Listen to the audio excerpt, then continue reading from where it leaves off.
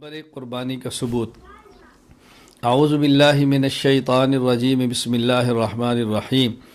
واتل علیہم نبأ ابنی آدم بالحق اذ قربا قربانا فتقبل من احدہما ولم يتقبل من الآخر قال لأقتلنک قال انما يتقبل اللہ من المتقین۔ سورۃ المائدہ آیت نمبر 27۔ اللہ رب العزت نے حکم دیا کہ حضرت آدم علیہ السلام کے دونوں بیٹوں کا واقعہ بیان کرو۔ ان دونوں نے قربانی دی، حابیل نے بھی اور قابیل نے بھی۔ حابیل کی قربانی قبول ہوئی اور قابیل کی قربانی قبول نہ ہوئی تو قابیل نے حابیل سے کہا میں تجھے قتل کر دوں گا۔ حابیل نے کہا اللہ تعالیٰ اس کی قربانی قبول کرتا ہے جو متقی ہے۔ خیر، اس آیت میں اللہ تعالیٰ نے قربانی کا ذکر کیا ہے۔ حکیم الامت مجدد الملت مولانا اشرف علی تھانوی رحمہ اللہ تعالیٰ تحریر فرماتے ہیں، امداد الفتاویٰ جلد 3 صفحہ 564۔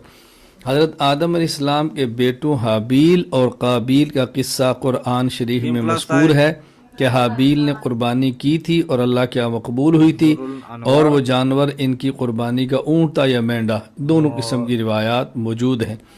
جب سے اب تک سب امتوں میں ان جانوروں کا ذبح کرنا جاری و مشروع رہا، تو قرآن کریم کی اس آیت سے ثابت ہوا کہ قربانی حضرت آدم علیہ السلام کے دور سے چلی آ رہی ہے۔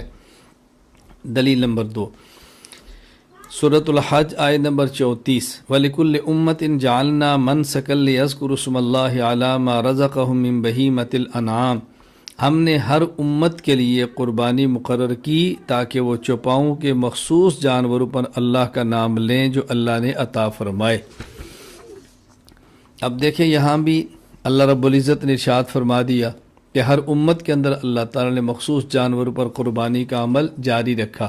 تو قربانی صرف اس امت میں نہیں ہے بلکہ ہر امت میں قربانی رہی ہے۔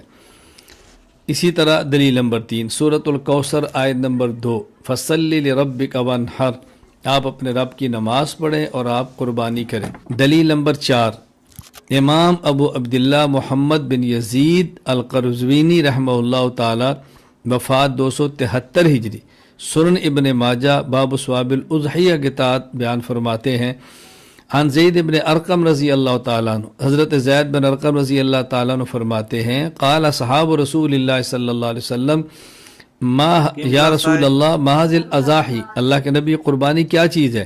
تو رسول اکرم صلی اللہ علیہ وسلم نے ارشاد فرمایا، سنت ابیکم ابراہیم علیہ السلام، یہ تمہارے جد امجد دادا ابو کا مبارک طریقہ ہے۔ قالوا فما لنا فیہا یا رسول اللہ، صحابہ نے عرض کیا یا رسول اللہ ہم قربانی کریں گے، ہمیں اس پر کیا ملے گا؟ آپ نے ارشاد فرمایا، بکل شارۃ حسنہ، ہر بال کے بدلے میں ایک نیکی ملے گی۔ پوچھا فصوف یا رسول اللہ، یہ بکری وغیرہ پر تو بال ہوتے ہیں، گائے پر بال ہوتے ہیں، لیکن اگر ہم ایسا جانور ذبح کریں، دمبا مینڈا جس پر صوف ہے، تو اس پر کیا ملے گا؟ اون ہے۔ اللہ کے نبی نے ارشاد فرمایا، بکل شارۃ من الصوف حسنہ، اون کے بھی ہر بال کے بدلے میں اللہ نیکی عطا فرمائیں گے۔